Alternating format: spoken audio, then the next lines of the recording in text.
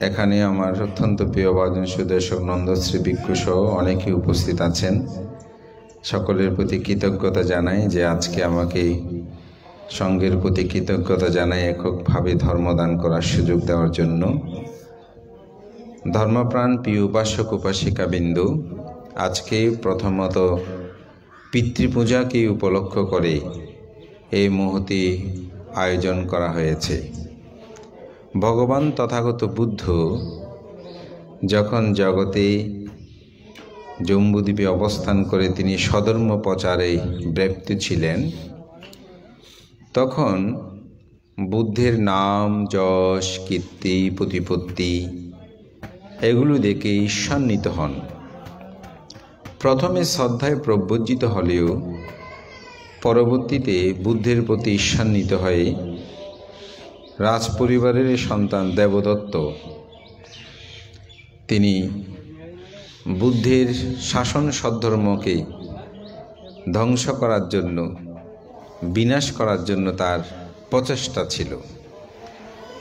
তো সর্বশেষ প্রচেষ্টায় তিনি বুদ্ধের কাছে গিয়ে 5টি সত্য আরোপ করেছিলেন যে বুদ্ধ যদি আমার এই 5টি সত্য মেনে নেয় তাহলে আমি আপনার সাথে থাকব, আর যদি বুদ্ধ এই 5টি সত্য মেনে না নেন তাহলে আমি থাকব না।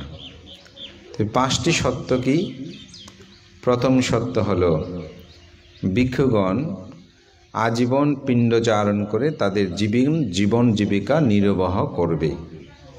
কোনরূপ দায়কের এরকম সঙ্গদান অথবা পাক্ষিক বা সালাকাবত্থাং উদ্দেশ্যবাত্তাং অথবা উদ্দেশ্য করে পালাস্বয়ং এরকম দিলে কোনো ভিক্ষু তা গ্রহণ করতে পারবে না। বুদ্ধকে বলছেন এটা হচ্ছে আমার প্রথম সত্য। দ্বিতীয় সত্য কি? দ্বিতীয় সত্য হচ্ছে ভিক্ষুরা এরকম লোকালয়ে থাকতে পারবে না, তাদেরকে সবসময় বন জঙ্গলের মধ্যে থাকতে হবে এবং বন জঙ্গলে তারা বসবাস করবে, লোকালয়ে কেউ কোনো দিন থাকতে পারবে না। তৃতীয় সত্য হচ্ছে ভিক্ষুগণ পাংশুকুলিক চিবর, শ্মশানে মশানে যে চিবরগুলো পরে থাকবে, কাপড় পরে থাকবে, সেগুলো সংগ্রহ করে সেগুলো রং করে রঞ্জিত করে পরিধান করবে। আজকে বর্তমানে দায়করা যেভাবে আমাদেরকে এই চিবর দান করছে এরকম করা যাবে না। চতুর্থ হচ্ছে ভিক্ষুগণ তারা আজীবন শূন্য কোনোরূপভাবে মাছ মাংস তারা ভক্ষণ করতে পারবে না, নিরামিষ জীবনযাপন তাদেরকে করতে হবে। পঞ্চম সত্য যে ভিক্ষুগণ তারা কোনোরূপভাবে গুহার মধ্যে ছায়ার মধ্যে থাকতে, কতজন শিষ্য, একজন দুজন নয়, তার দলেও 500 জন হয়েছিল। চলে যাওয়ার পর সে গভীর ষড়যন্ত্রে লিপ্ত হলো কিভাবে বুদ্ধকে ধ্বংস করা যায় এটি নিয়ে। তো বলছে রাজন হাদে বলছেন যে দেবদত্তকে বলছেন যে শ্রামণ, আপনি কেন এত মন খারাপ করে আছেন? আপনি যখন প্রধানমন্ত্রীর হলে যাবেন তখন কিন্তু সামরিক তারাও কোনো অস্ত্র নিয়ে যেতে। এটা আমি দেখেছি, আমাদের মাননীয় প্রধানমন্ত্রীর সাথে আমার সৌভাগ্য হয়েছিল কম্বোডিয়া যাওয়ার। তো দেখলাম হোটেলের বাইরে মানে শস্ত্র নিয়ে সজ্জিত, কিন্তু যখন ভিতরে ঢুকতেছে তখন সবাই নিরস্ত্র, অর্থাৎ কোনো অস্ত্র তাদের হাতে নেই। ভিতরে আপনি সে অস্ত্র, সেটা আমার মনে পড়েছে। তো যাই হোক, এখন অস্ত্র হাতে যখন ঢুকেছে প্রহরীরা তাকে ধরে ফেলছে। পিতা জাগ্রত হয়েছে, কি এত গভীর রাত্র হইচই কেন? তখন সে তাকে ধরলো, দেখে অস্ত্র, বলছে রাজন আপনার পুত্রের হাতে অস্ত্র নিয়ে সেই রাজপ্রাসাদে আপনার কক্ষে প্রবেশ করছে। তখন বলছে, হে পুত্র, তুমি অস্ত্র হাতে কেন আমার কক্ষে প্রবেশ করছো? যেহেতু সে আবেগতাড়িতে ধরে ফেলছে, বলে যে আপনাকে হত্যা করার জন্য আমি অস্ত্র নিয়ে প্রবেশ করেছি। বলে যে আমাকে কেন হত্যা করবে? বলে যে আমি রাজত্ব চাই, রাজত্বের জন্য। বলে যে হে পুত্র, তুমি এই রাজত্বের জন্য আমাকে হত্যা করে তোমাকে বললে হয়ে যায়। হ্যাঁ, আমি মারা গেলে তো তুমি রাজত্ব পাবে। বলছে আপনি কখন মারা যাবেন, কখন আমি রাজত্ব পাবো, এত চিন্তা আমি করতে পারবো না। বলছে ঠিক আছে, আমি তোমাকে এই মুহূর্তে রাজত্ব প্রদান করলাম। পরের দিন তাকে রাজ্য অভিষিক্ত করলো, সেই রাজা হলো। এখন রাজা হয়ে সেই তার কথাই যখন সবাই চলে বসে, হ্যাঁ রাজকুমারের রাজার সম্মান আরও বেশি, সিংহাসনে বসেছে, সে আরও বেশি অভিভূত হলো। ও দেবদত্তের মতন তো আপনজন আর কেউ নেই, তার কারণে আমি আজকে এই রাজত্ব পেয়েছি। পরদিবসে বহু দানীয় দ্রব্য নিয়ে দেবদত্তের কাছে গেলেন। দেবদত্ত ওকে গিয়ে দান ধর্ম করলেন, কিন্তু দেবদত্তের মুখমণ্ডল যেন এখনও গোমরা হয়ে আছে। তখন বলছে আপনি এখনও মুখ গোমরা হয়ে আছে কেন, কি হয়েছে? বলেছে না, আমি চিন্তা করছি আপনি রাজত্ব পেয়েছেন ঠিক আছে, কিন্তু যে কোনো সময় তো আপনার রাজত্ব চলে যেতে পারে। যেহেতু ওখানে মন্ত্রী মিনিস্টার যত আছে সবাই তো আপনার পিতার নিয়োগপ্রাপ্ত, তারা চাইলে যে কোনো সময় আপনাকে উল্টিয়ে দিতে পারে। সুতরাং আপনার পিতা বাইরে থাকাটা, জীবিত থাকাটা কিন্তু আপনার জন্য, আপনার রাজত্ব নিরাপদ নয়। বড় জোর কথা ঠিক। তখন পিতাকে সুকৌশলে হত্যা আর করতে পারছে না, কারণ বিদ্রোহ হবে, রাজত্ব পেয়ে গেছে, এরপরেও কেন হত্যা করলো। তখন তাকে কারাগারে নিক্ষেপ করলো, বন্দি করলো। কিছুদিন যাওয়ার পর তিনি সন্তানের পিতা হলেন কে? দেবদত্ত, রাজা অজাতশত্রু। অজাতশত্রু যখন পিতা হলেন, তার আনন্দ, আপনারা যারা পিতামাতা হয়েছেন আপনারা সেটা বুঝবেন। সন্তানের পিতামাতা হওয়া এটা কত যে আনন্দের, এবং এটা মা বাবা যারা হয়েছেন তারাই সেটা উপলব্ধি করতে পারবেন। তখন সেই আনন্দে উদ্বেলিত হয়ে চিন্তা করছে যে আমি তো সন্তানের পিতা হয়ে এত আনন্দ করছি, কিন্তু আমি যেদিন জন্মগ্রহণ করেছিলাম সেদিন আমার পিতা কিরূপভাবে আনন্দ করেছিল, এটা একমাত্র আমার মায়ের মতন আর কেউ বলতে পারবে না। তাই তিনি মায়ের কাছে আসলেন, মাকে এসে বললেন, মা তুমি তো শুনেছ আমি সন্তানের পিতা হয়েছি। বলে যে হ্যাঁ শুনেছি। মা আমি তোমার কাছে একটা বিষয় জানতে চাই। আমি সমগ্র রাজ্যের মধ্যে ভেরিবাদ বাঁধিয়ে দিয়েছি, অর্থাৎ আনন্দ উৎসব করার জন্য বলেছি। আমার ইচ্ছে হচ্ছে জানতে, আমি যেদিন জন্মগ্রহণ করেছিলাম সেদিন আমার পিতা কি করেছিল। তখন তিনি বললেন, হে পুত্র, তোমার জন্মগ্রহণে তোমার বাবা কিরূপ আনন্দ করেছিল তার বর্ণনা দিয়ে আমি শেষ করতে পারবো না। তবে তোমাকে দুটো বিষয় আমি বলতে পারি। তুমি যখন আমার গর্ভে এসেছিলে তখন আমার তীব্র ইচ্ছে হয়েছিল তোমার পিতার রক্ত পান করতে। এতই তীব্র ইচ্ছে হয়েছিল যে আমি এই মাতৃকালীন সময়ের যে তৃষ্ণা, এটা আমার মারা জানবেন, তখন নাকি যেটা খেতে চাই ওটা খেতে না পারলে খুব কষ্ট হয় মাদের, এটা আমরা ছোটোবেলায় বা শুনেছি। তো স্বাভাবিক বলে যে আমার তখন মাতৃতৃষ্ণা এমনভাবে উৎপন্ন হয়েছিল, আমি সহ্য করতে না পেরে আমার ইচ্ছে হয়েছিল এই গর্ভকে আমি নষ্ট করে ফেলি। এবং আমি যখন গর্ভ নষ্ট করতে চেয়েছি তখন রাজা প্রহরীরা আমাকে, অর্থাৎ সেবিকারা আমাকে ধরে ফেলেছে, তোমার বাবা এমনভাবে নিয়োগ করে যাতে এই গর্ভ নষ্ট করতে না পারি। তখন তোমার পিতা আমাকে জিজ্ঞাসা করেছে বারংবার, রানী তোমার কি হয়েছে, তুমি কেন গর্ভ নষ্ট করতে চাচ্ছ, কি তোমার চাহিদা, তুমি কি চাও? আমি লজ্জায় ভয়ে রাজার রক্ত পান করতে ইচ্ছে করছে, এটা বলা যায়? স্বামীর রক্ত পান করতে ইচ্ছে করছে, এটা তো বলা যায় না। বোধ আমি বলছিলাম না, তোমার পিতা অনেক আকুতি মিনতিতে সুকৌশলে আমার থেকে সেটা জেনে নিয়েছিল। শেষ পর্যন্ত আমি বলতে বাধ্য হয়েছিলাম আপনার রক্ত পান করতে আমার ইচ্ছে করছে। তখনই তোমার পিতা বলল, এটা একটা কথা হলো, আমার পুত্রের জন্য আমি এটা করতে পারবো না। সাথে সাথে তিনি তরবারি বের করে বাহু কেটে রক্ত দিয়ে আমাকে সেই তৃষ্ণা নিবারিত করেছিল। এরূপভাবে তোমার পিতা তোমাকে ভালোবাসত। আরেকটু উদাহরণ, তোমার একবার একটা ফোসকা উঠেছিল তোমার হাতে, মানে ফোড়া, এটা যদি ডাক্তার দিয়ে অস্ত্রোপচার করে তাহলে তুমি কান্না করবে। সেজন্য তোমার পিতা মুখ দিয়ে চুঁচে চুঁচে সেই পুঁজগুলো বের করে নিয়েছিল। পুত্রের পুঁজ বলে, পুত্রের শরীরের অংশ বলে সেটা ফেলে দেয় নাই, সেটা সে গিলে খেয়ে ফেলেছিল। এরূপভাবে তোমার পিতা তোমাকে ভালোবাসত। তখন সাথে সাথে অজাতশত্রুর চৈতন্য উদয় হলো, ও আমি কি করেছি, আমার পিতা, যে পিতা আমাকে এত ভালোবাসে, যে পিতাকে আমি হত্যা করতে গিয়েছি সেটা তো আমার প্রত্যক্ষ দেখা। সেই দিন রাত্রে চাইলে তো আমার পিতা আমাকে হত্যা করতে পারত, প্রহরীরা ধরে ফেলেছে। সেদিনেই এবং পরদিবসেই আমাকে রাজ্য অভিষিক্ত করালো। আমি অন্ধ হয়ে সেই পিতার জীবনকে এখন বিপন্ন করেছি। তখন তার মধ্যে অনুশোচনা উৎপন্ন হয়, ওহো আমি কি করলাম।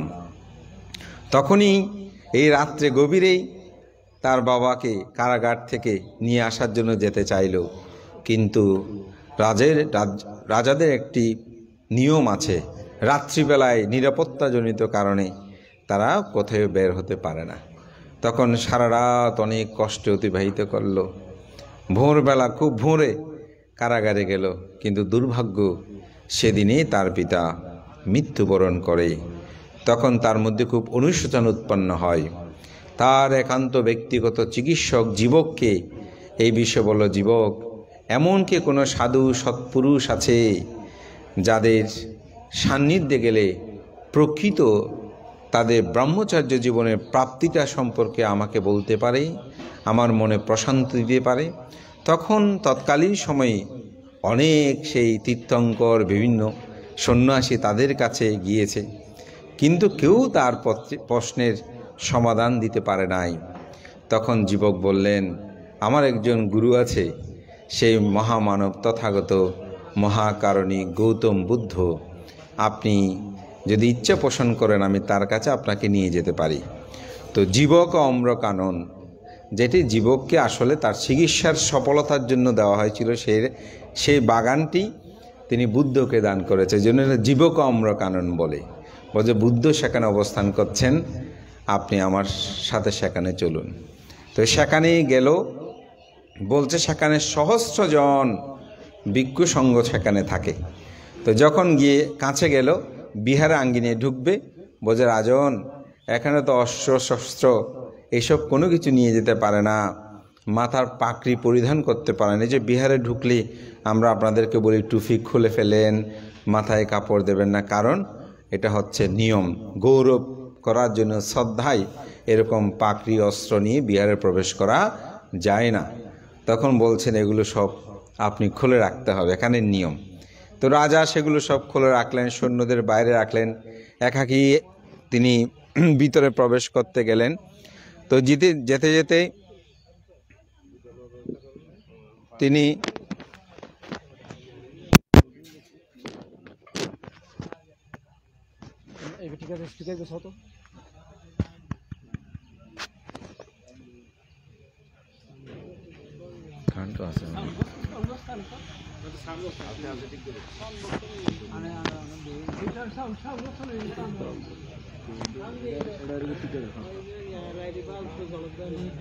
ব্যানার্জি বাবু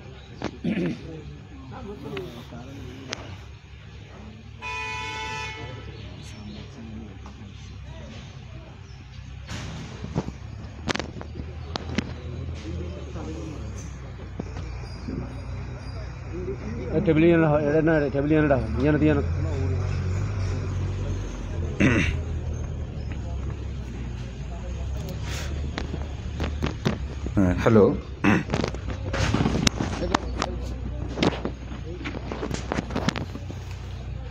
হ্যালো,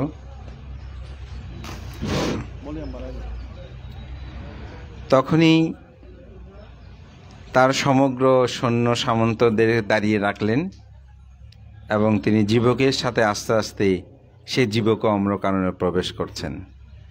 যতই যাচ্ছে তার শান্ত সমোহিত সে পরিবেশ এবং নীরব নিস্তব্ধ। হঠাৎ অজাতশত্রুর মনে ভয় উৎপন্ন হলো।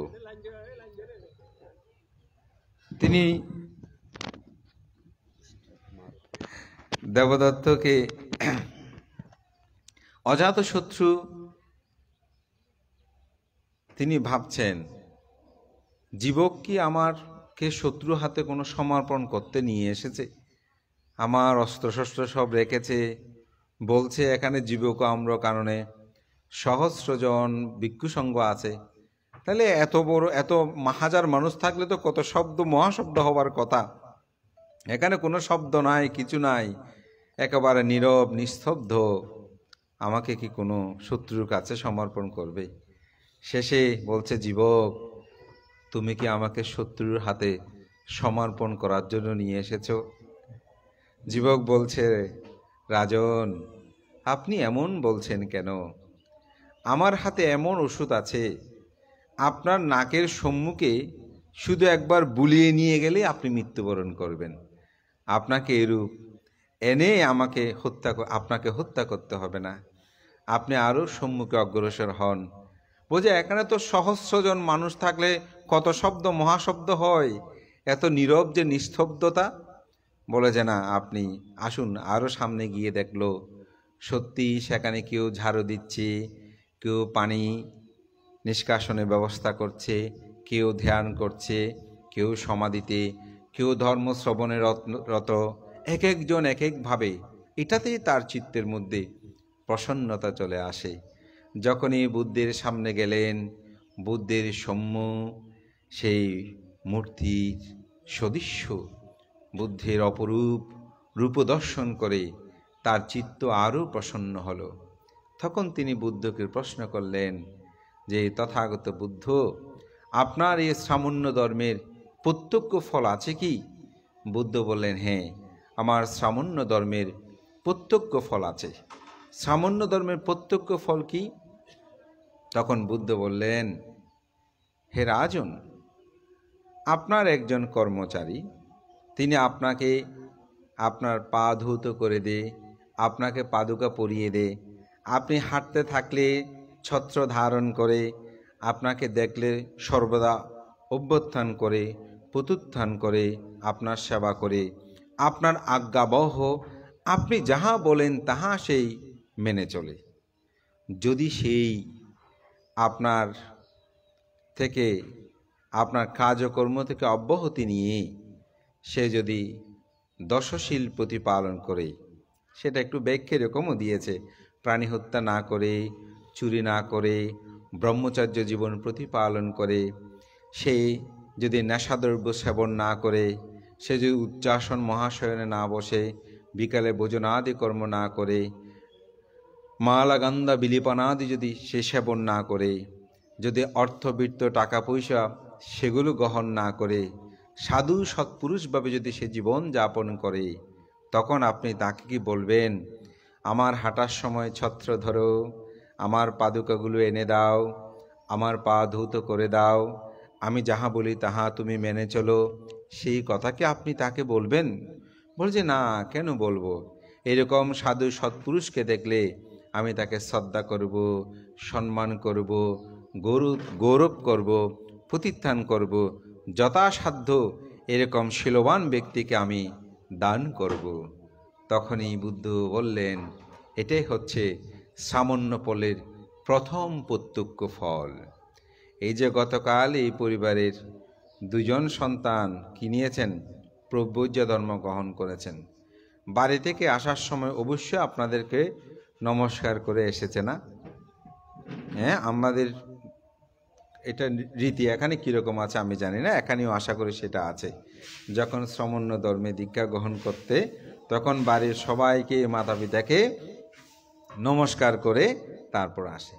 যখন সে চিবর পরিধান করে দশশীল গ্রহণ করল, শ্রমণ হলো, তখন সেই পিতামাতাই তাকে কি করছেন, বন্দনা করছেন, নমস্কার করছেন। এটাই হচ্ছে সামান্য ধর্মের প্রত্যক্ষ ফল। এইভাবেই সে সামান্য ফলের 14 প্রকার সামান্য ফল সম্পর্কে সেখানে বুদ্ধ ব্যাখ্যা করছেন।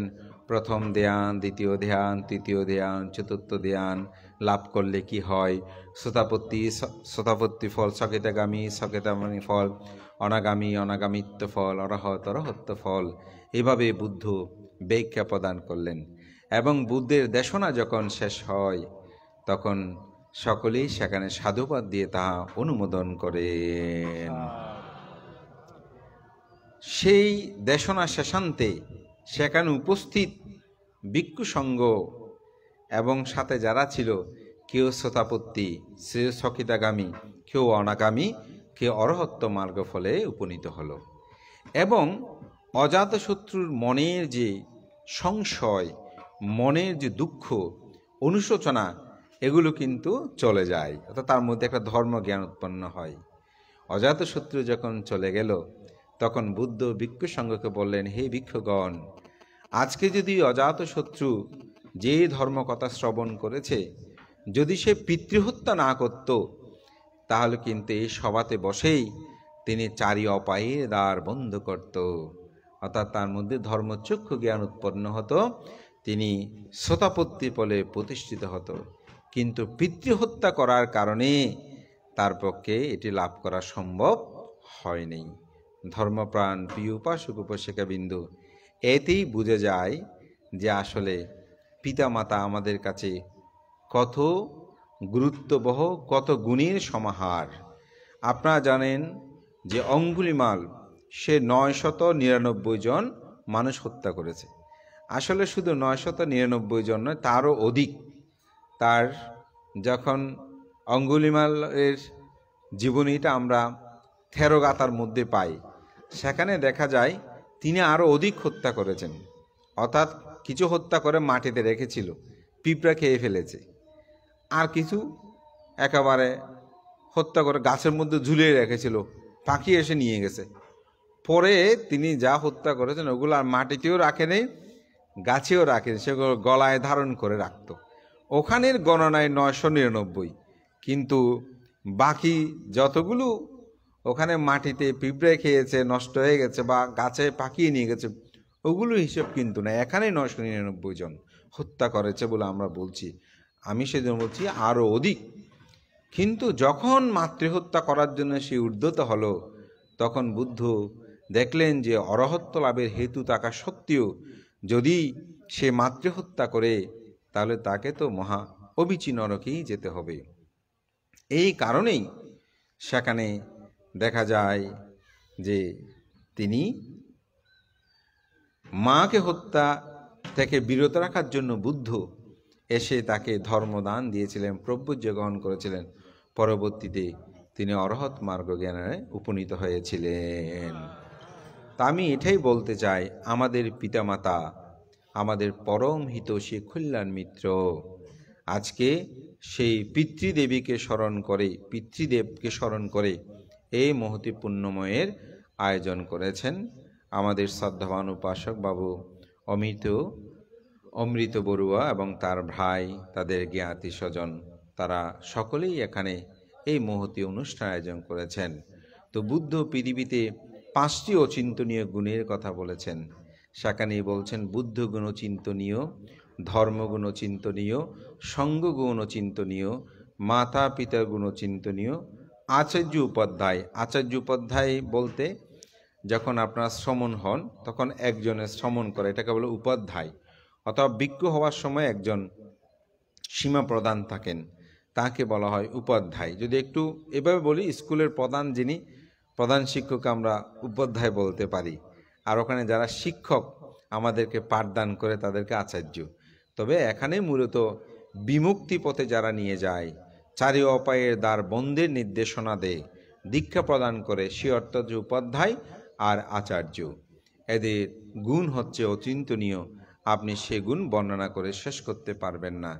তা আজকে এই পরিবার, আমি মনে করি তাদের সেই পরম পিতা যে অচিন্তনীয় গুণ, সেই পিতাকে স্মরণ করে এখানে মহান ভিক্ষু সংঘকে আহ্বান করে এই দানাদি পুণ্যকর্ম সম্পাদনের মাধ্যমে তাদের যে আয়োজন, এটাকে অবশ্যই সাধুবাদ জানাই। তা আমরা কেন এই পুণ্যকর্মগুলো সম্পাদন করব, কেন আমরা সঙ্গদান করব, এই বিষয়গুলো আমাদেরকে উপলব্ধি করতে হবে। ভগবান তথাগত সম্যক সম্বুদ্ধের ধর্মদর্শনে বুদ্ধ 4টি সত্যের কথা বলেছেন। আমরা পৃথিবীতে অসংখ্য সত্যর কথা শুনি, কিন্তু বুদ্ধ যে 4টি সত্যের কথা বলেছেন সেখানে বলছে কি, দুঃখয়ানা, দুঃখ সামুদয়ানা, দুঃখ নিরুদয়ানা, দুঃখ নিরুদাগামিনী পাটিপাদায়ানা। দুঃখ কি, এই বিষয়টা আমাদেরকে জানতে হবে। বুদ্ধ ধর্ম যারা প্রতিপালন করে না তারা মূলত দুঃখ সত্যটাকে উপলব্ধি করে নাই। যে মানুষ দুঃখ সত্যকে উপলব্ধি করবে তাকে ধর্ম করার জন্য বলতে হবে না, তাকে ধর্ম করার জন্য বলতে হবে না, শীল পালন করার জন্য বলতে হবে না। কারণ তিনি এই দুঃখের মধ্যে নিমজ্জিত হতে চাইবে না। এই দুঃখ সত্যটা আসলে আমরা উপলব্ধি করি না। সেই দুঃখ সত্য কি, এটা প্রত্যেক দিন শুনছি, আমরা সবাই জানি। জন্ম দুঃখ, জরা দুঃখ, ব্যাধি দুঃখ, মরণ দুঃখ, অপ্রিয় সংযোগ দুঃখ, প্রিয় বিয়োগ দুঃখ, স্ফীত বস্তু অলাভ দুঃখতা যাহা চায় তাহা না পাওয়ার দুঃখ, সংক্ষেপে পঞ্চ উপাদান স্কন্ধ দুঃখ। এই দুঃখগুলোকে আমরা কি উপলব্ধি করি? কিন্তু আমরা উপলব্ধি করি না বলে প্রত্যেক দিন এই দুঃখকে অভিনন্দন করি। এই দুঃখের কারণ হচ্ছে অবিদ্যা। এই অবিদ্যার কারণে এই দুঃখকে অভিনন্দন করি। মানে কীরকম? যেমন আপনি একটি ফুল দেখেছেন, যদি বলেন ভান্তে ফুলটা খুব সুন্দর, এই দুঃখ পেয়ে গেছেন। ভান্তে কেন? ফুলটা যখন মলিন হবে তখন আপনার কাছে দুঃখ উৎপন্ন হবে। আপনি যদি বলেন যে আমি খুব সুন্দর, কিছুদিন পরে সুন্দর যখন চলে যাবে তখন আপনার মধ্যে দুঃখ উৎপন্ন। এই জন্য বলছে দুঃখাং রূপাং অভিনন্দাতি সো দুঃখাং অভিনন্দাতি। আপনি যদি রূপকে অভিনন্দন করেন তাহলে আপনি দুঃখকে অভিনন্দন করবেন। এজন্য আমরা অবিদ্যার কারণে এই দুঃখকে অভিনন্দিত করি, রূপকে অভিনন্দন করি। আবার বলছে যিনি রূপকে অভিনন্দন করে না তিনি দুঃখকে অভিনন্দন। যদি বলছেন এটা ফুল স্বাভাবিক, এটা তো নিত্য, দুঃখ অনাত্মা, এই চেতনা যখন আপনার মধ্যে থাকবে দেখবেন আপনার মধ্যে আর দুঃখ আপনার মধ্যে জাগ্রত হবে না। এটা হচ্ছে জাগতিক। আমাদের মহামান্য সঙ্গরাজ ভান্তের কাছে আমি একবার, ভান্তে অসুস্থ, এমনি দেখতে গিয়েছি। তো ভান্তে যখন বললাম ভান্তে কেমন আছেন, বললাম ভান্তে অনেক কেন আসন, আসি দুঃখ, এরই দুঃখ, জগৎ এবার দুঃখ, বয়স হলে এরকম দুঃখ হয়, দুঃখ থাকিব। আমি বললাম ভান্তে আপনি তো বোধহয় অসুস্থ। না অসুস্থ এগুলো থাকবে, দেহ আছে, জরা থাকবে, দুঃখ এরই দুঃখ, এগুলো থাকবে। মনে হচ্ছে এটা উনি কিছুই মনে করছে না, মানে জগৎ এটা থাকবেই। অর্থাৎ তিনি এই সত্যটাকে মেনে নিয়েছেন। আমরা অনেকে মেনে নিতে পারি না। অনেকে বলি আমি আগে কি সুন্দর ছিলাম, এখন এরকম হয়ে গেছি কেন? এরকম দুঃখ উৎপন্ন হচ্ছে না কেন? রূপকে অভিনন্দন করছি বলে। তো যিনি এটাকে অনিত্য, দুঃখ, অনাত্মা জ্ঞানেই উপলব্ধি করতে পারেন তার মধ্যে সেটা উৎপন্ন হয় না। তাই আমাদেরকে উপলব্ধি করতে হবে যে জগতে দুঃখ আছে, এই দুঃখের কারণ আছে। দুঃখ নিরুদ্ধ, অর্থাৎ দুঃখ অনিত্য, দুঃখ অনাত্মা জ্ঞানটা যদি আমার মধ্যে থাকে সেটা হবে দুঃখ নিরুদ্ধ। দুঃখ নিরোধের উপায় তো অনিত্য, দুঃখ, অনাত্মা তো বললে হবে না, এটা আমাদের মধ্যে জাগ্রত করতে হবে। সেটা জাগ্রত করার জন্য একটা পথ আছে। সেই পথটাই হচ্ছে আরিওয়াট্টাঙ্গিক ও মাঘ্য সাত্থানাং বিশুদ্ধিয়া। সত্যদের বিশুদ্ধির জন্য এই একমাত্র পথ হচ্ছে আর্য অষ্টাঙ্গিক মার্গ, যেটাকে সংক্ষেপে বলছে শীল, সমাধি, প্রজ্ঞা। তো আজকে যে সঙ্গদান, এটা কি শীলের অন্তর্গত? আপনি যখন বুদ্ধের ধর্ম দর্শনগুলোকে ব্যাখ্যা করবেন তখন দেখবেন এই শীল, সমাধি, প্রজ্ঞা, সেখানে দান বিষয়টাও আসলে চলে আসে। আমি একটা ছোট্ট উদাহরণ দিই, প্রায় সময় আমার দেশনায় সেটা বলি। যেমন আপনি একটি পথ দিয়ে হেঁটে যাচ্ছেন, হঠাৎ একটি মাছ দেখলেন, মাছটা আপনার খেতে ইচ্ছে করছে, কি উৎপন্ন হয়েছে? লোভ উৎপন্ন হয়েছে। এখন মাছটা যখন আপনি ধরতে যাবেন তখন কি উৎপন্ন হয়েছে? দেশ উৎপন্ন হয়েছে। এটাকে যখন হত্যা করবেন দেশচিত্তে করবেন না? তাহলে প্রথম ছিল লোভচিত্ত, পরে হচ্ছে কি? দেশচিত্ত। কিন্তু আপনি যখন ত্যাগ করলেন, না মাছটা আমি খাবো না, না খেলে কি হয়, এরকম কত কি, তাহলে কি করছেন? ত্যাগ মানে কি? দান। দান মানে কি? ত্যাগ না, দানের অপর অর্থ ত্যাগ, তো এটা প্রতিশব্দ। তাহলে আপনি যখন ত্যাগ করলেন আপনার শীল রক্ষা হয়েছে, তখন আপনি আর প্রাণী হত্যা করলেন। তাহলে ত্যাগ যদি না থাকে আপনি শীল পালন করতে পারবেন? এই দ্রব্যের প্রতি আপনার ছিনিয়ে নেওয়ার ইচ্ছে হচ্ছে, কিন্তু আপনার যখন ত্যাগ ও চেতনা থাকবে না, আমি এটা চাই না, তখন আপনার শীলটা রক্ষা হবে। তো অনেকে বলে বানতে আর্যাষ্টাঙ্গিক মার্গের মধ্যে তো শীল সমাধি প্রজ্ঞা বলে, সেখানে তো দান নাই, আপনারা দান পাওয়ার জন্য শুধু দান বলেন। আসলে তা না। আপনার মধ্যে যদি দান ও চেতনা না থাকে আপনি শীল পালন করতে পারবেন না। এটা হচ্ছে একেবারে একটি গুরুত্বপূর্ণ বিষয়। তো ত্যাগ মানে শুধু সেখানে নয়, কেউ যদি আপনাকে কষ্ট দেয়, দুঃখ দেয়, সেগুলো মন থেকে ত্যাগ করতে পারার মধ্যে কি আছে? আনন্দ আছে। এটা একটা সুন্দর উদাহরণ দিয়েছেন আচার্য ভুরিদত্ত, আচার্য আজানসা। তিনি ভারতের একজন, থাইল্যান্ডে একজন প্রখ্যাত বৌদ্ধ ভিক্ষু। তো তিনি একদিন পথ দিয়ে হেঁটে যাওয়ার সময় হাতে একটি লাঠি নিয়ে বলছেন তার শিষ্যদেরকে, হে শিষ্যগণ, আমার হাতে যে লাঠি আছে এটা ভার বেশি, এটার ভার কত হবে? বলতে পারছে না। কে বলবো? ওনার হাতে লাঠি, ভার কে বলবে? তিনি লাঠিটা ফেলে দিয়ে বলছেন, আমার হাতে যতক্ষণ লাঠিটা ছিল ততক্ষণ ভার ছিল, হাত থেকে যখন লাঠিটা ফেলে দিয়েছি আর কোনো ভার নাই। বলছে তোমাদের মনের মধ্যে যত দুঃখ আছে, যত বেদনা আছে, যত ভয় আছে, যত কিছু আছে, পাপ ও পঙ্কিলতা আছে, সেই সমগ্রগুলো ওই লাঠিকে নিক্ষেপ করার মতন সব ফেলে দাও, দেখবে তোমাদের মনটা ভালো হয়ে গেছে, হালকা হয়ে গেছে, সমগ্র দুঃখ চলে গেছে। তো এটাও আসলে ত্যাগ। এই ত্যাগ ছাড়া আপনি জীবনকে সুখী করতে পারবেন না। তাই আজকে আমি মনে করি এই অষ্টপরিষ্কার সঙ্গদান এগুলোই আপনার দুঃখ মুক্তির পথে নিয়ে যাওয়ার জন্য সোপন এবং সিঁড়ি বলা হয়। তো আজকে মাতৃপূজা, পিতৃপূজা এগুলোকে স্মরণ করে আমাদের অমৃতবাবু তিনি যে সুন্দর আয়োজন করেছেন, আমি এটাকে সাধুবাদ জানাই, পুণ্যদান করি। আমার কথা দীর্ঘই করব না, আমি এটুকুই বলবো, আমরা যেন পিতামাতার প্রতি দায়িত্বশীল হই, পিতামাতা যেন মনে কষ্ট পায় এই ধরনের কোনো কথা কোনো সময় না বলি, তাদেরকে যথাযথ সেবা যত্ন করি। একটু আগে আমাদের একজন উপাসিকার সাথে কথা বলছিলাম, ওনার একটা মেয়ে আমেরিকা থাকে, এখানে আছেন। তো উনি বলছেন আমার মেয়ে আমাকে দেখে চালায় ভানতে, আমাকে সব কিছু করে, আমার মেয়ে না থাকলে আমার কিছু হতো না, আমার মেয়েকে আমি ওনাকে আশীর্বাদ করি, বলে যে বানতে হ্যাঁ প্রাণ খুলে আমি আশীর্বাদ করি। তো আমার সাথে ওনার আমেরিকায় তো দেখা হয়েছিল, আমি এমনি জয়া বড়ুয়া হিসাবে এমনি সুকু মনে হয় এখানে নাম। হ্যাঁ, তো এই যে মায়ের মন থেকে যে আশীর্বাদটা তার শিরে বর্ষিত হচ্ছে, তো সেই উপাসিকার উন্নতি হবে না? ওনার 3 ছেলে 3 মেয়ে, সবাই আমেরিকার মতো জায়গায়, কেউ ডাক্তার, কেউ ইঞ্জিনিয়ার, কেউ ব্যারিস্টার, এরকম তারা অর্থাৎ স্বস্বক্ষেত্রে প্রতিষ্ঠিত। এই জন্য প্রত্যেকটি সন্তানের বলবো আমি, মা বাবা জীবিত থাকতে তাদেরকে সেবা যত্ন করবেন। তারা মনে কষ্ট পায় এভাবে কোনো কথা বলবেন না, এবং যদি আপনি যখন পিতামাতা হবেন তখন সেটা বুঝবেন এবং জীবিত থাকতে তাদেরকে যথার্থ সেবা করবেন। আজকে যেমন ওনার প্রয়াত পিতাকে স্মরণ করেছেন, অপরদিকে মাকেও আমি মনে করি দীর্ঘীয় কামনা করি আজকের আয়োজন।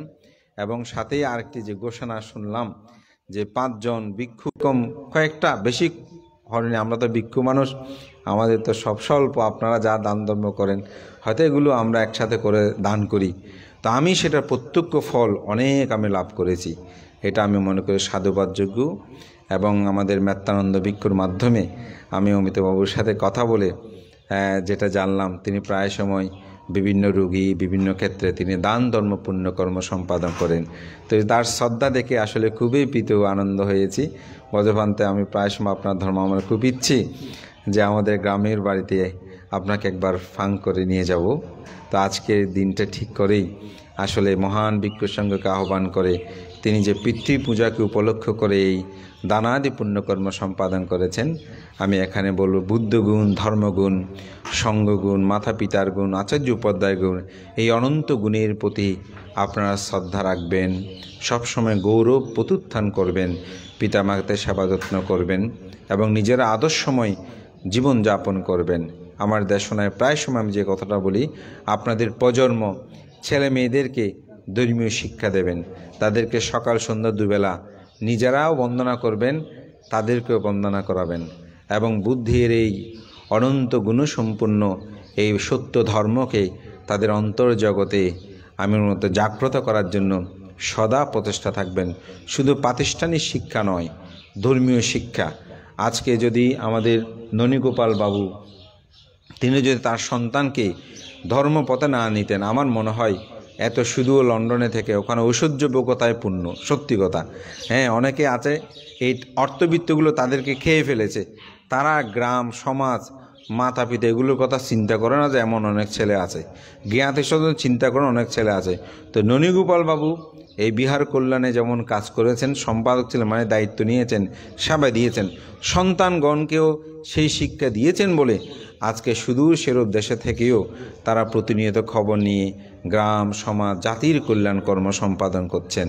তা আমি মনে করি এইরূপভাবে আমাদের পিতামাতাদেরও দায়িত্ব কর্তব্য আছে, সেগুলো সুসম্পন্ন করবেন। এই